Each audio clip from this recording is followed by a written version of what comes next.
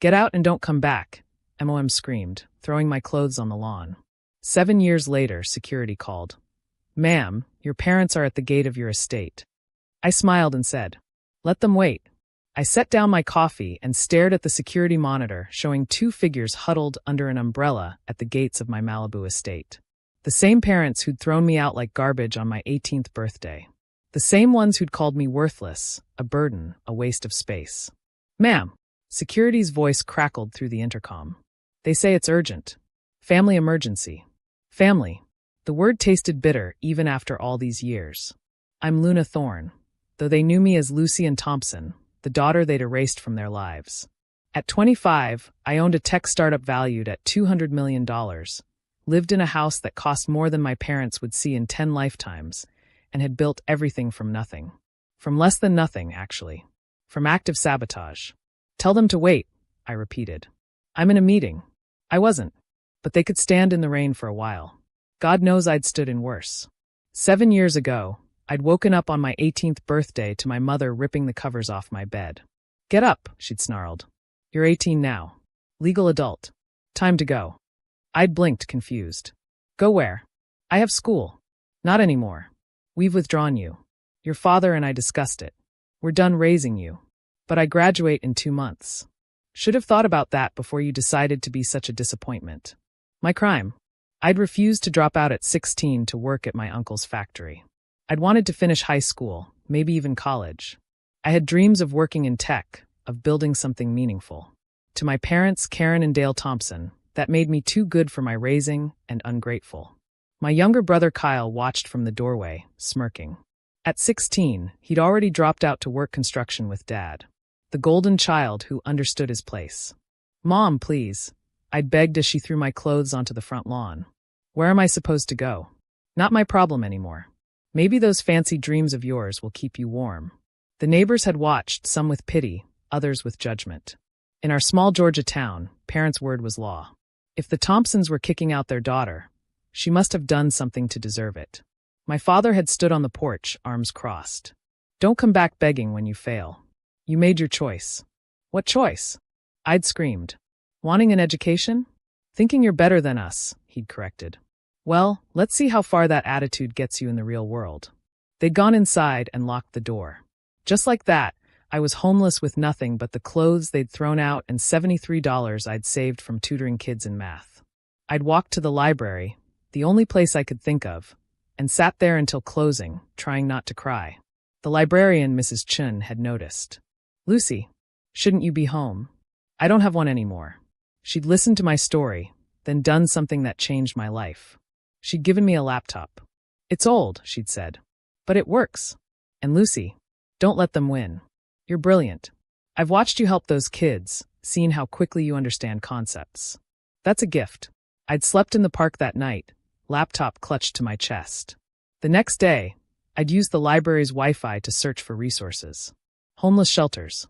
Youth programs. Anything. That's when I'd found Future Path, a program for homeless youth that provided temporary housing and help finishing school. The catch? It was in Los Angeles. I'd used my $73 for a Greyhound ticket and never looked back. The program gave me a bed in a shared room and access to online classes. I finished high school in 6 weeks, then started taking free coding courses. Turns out I was good at it. Really good. By 19, I was freelancing web design. By 20, I'd saved enough to rent a studio apartment. By 21, I'd built an app that helped homeless youth find resources, shelters, food banks, job training. It went viral after a tech blogger discovered it. That's when the investors came calling. This is brilliant, one had said. Personal experience? You could say that. They'd invested $2 million. I'd used it to expand the app, hire developers, create partnerships. By 23, we'd helped connect 100,000 homeless youth with resources. By 24, Google offered to buy us for $200 million. I'd said no. We were just getting started. Now, at 25, Path Forward was the leading platform for youth in crisis. We'd expanded internationally, partnered with governments, saved lives. And I'd done it all without my family's support or approval. Ma'am, security interrupted my thoughts. They're still waiting. The woman is crying. Crying. My mother had never cried for me. Not when I'd begged to stay. Not when I'd called from LA, hungry and scared, swallowing my pride to ask for help, only to be told I was dead to them. Send them to the guest house, I decided. I'll meet them there. I didn't want them in my home. The guest house, sterile, impersonal, was enough. I took my time getting ready. Designer jeans, a simple but expensive sweater, minimal jewelry. I wasn't the desperate girl they'd thrown away. I was Luna Thorne, CEO of Path Forward, named one of Forbes 30 Under 30. They needed to see the difference. The walk across my estate took 5 minutes. 5 minutes to cross grounds that sprawled over 2 acres, past the pool, the tennis court, the meditation garden. 5 minutes to prepare for faces I'd only seen in nightmares for 7 years. They were sitting on the guest house porch, soaked despite the umbrella. My mother looked older, grayer, smaller. My father had lost weight, his face gaunt. They both looked up as I approached, and I saw the moment they recognized me. Lucy. My mother's voice broke. It's Luna now, I corrected. Lucy died 7 years ago. You look. My father trailed off, taking in my appearance, my confidence, my clear success. Alive? Fed. Not begging on the streets like you predicted.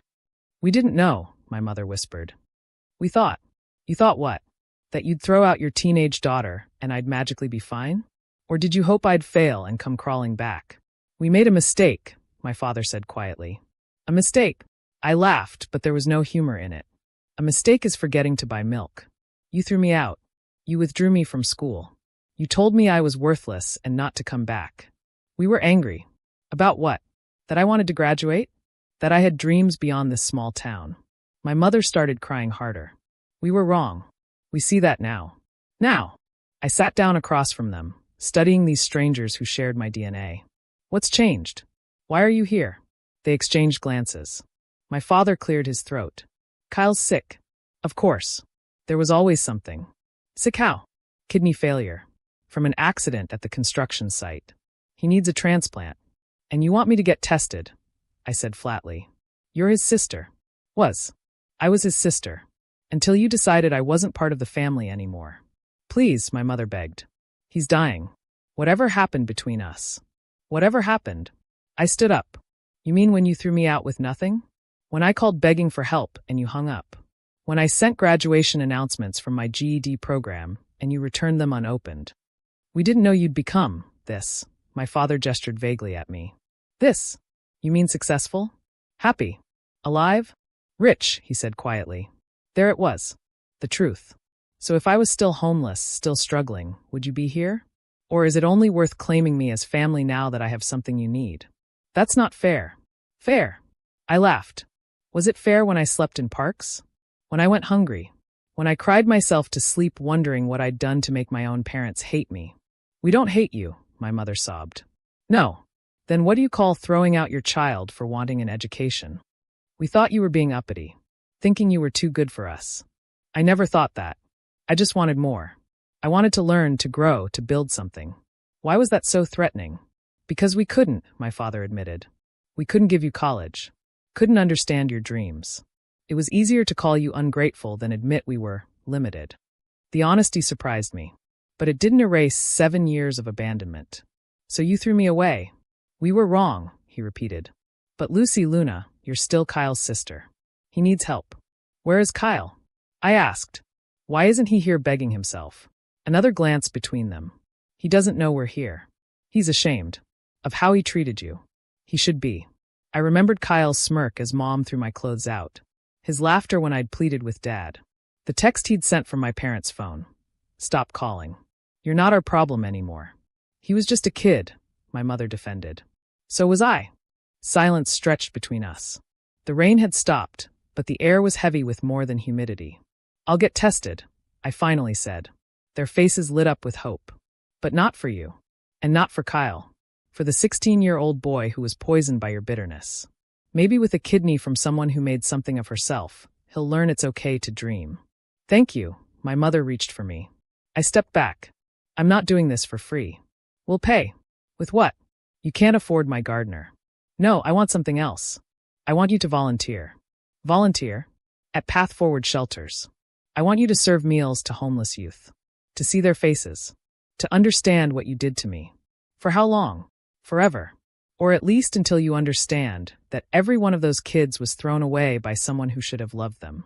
Every one of them is somebody's Lucy. My father's face crumbled. We'll do it. And I want a public statement. A video admitting what you did. We'll use it in our awareness campaigns about youth homelessness. Lucy. Luna. Those are my terms. Take them or leave them. They nodded, defeated. One more thing, I added. After the transplant, if I'm a match, we're done. No happy family reunions. No using my success to brag to your friends. You lost the right to claim me 7 years ago. We understand, my mother whispered. I stood to leave, then turned back. You know what the worst part is?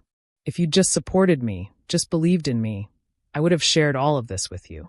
I would have bought you a house, taken care of you, made sure you never struggled. But you threw me away because I dared to want more. We know, my father said. We know we lost the best thing we ever had. No, I corrected. You threw away the best thing you ever had. I lost nothing. I gained everything. I walked back to my house, leaving them in the guest house. My assistant would handle the rest, the testing, the logistics, the paperwork. I'd done my part.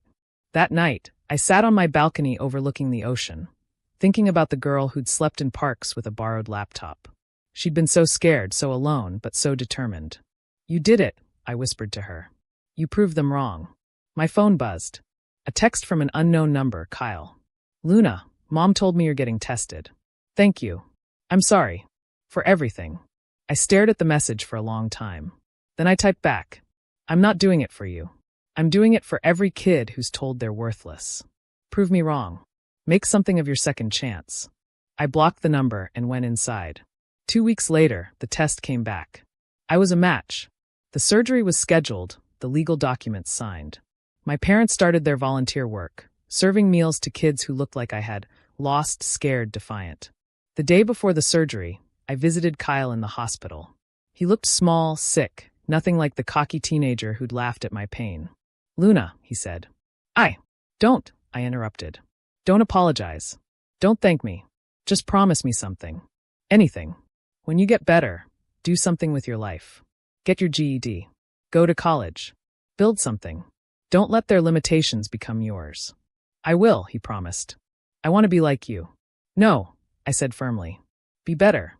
I built my life on spite and survival. Build yours on purpose and possibility. The surgery went well. I recovered in a private suite, working on my laptop, running my company. My parents tried to visit. I had security turn them away. The debt was paid. A year later, I got a letter. Kyle had enrolled in community college, studying computer science. He included a photo, him in a Path Forward volunteer shirt, serving meals at a shelter. Learning to give back, he wrote. Thank you for the second chance. I kept the letter but didn't respond. Some bridges, once burned, couldn't be rebuilt. They could only serve as reminders of how far we'd come. The security footage from that rainy day, my parents at my gate, begging, I kept that too. Not as revenge, but as proof. Proof that the girl they'd called worthless had built an empire. Proof that sometimes the best response to being thrown away is to become someone they never imagined you could be. They'd kicked me out at 18 for being worthless. 7 years later, when they begged at my gate, I gave them exactly what they'd given me. Nothing but the chance to earn redemption through serving others they'd consider worthless. The difference? I became priceless by helping kids like me. They became worthless the moment they threw their daughter away. And that's the real karma, not success or revenge, but the knowledge that every youth I help find shelter is a repudiation of what they did to me. Every success story from Path Forward is proof that throwing away children doesn't break them. It just teaches them to build homes where everyone belongs. Thanks for watching. See you again in the next video. Stay stunned.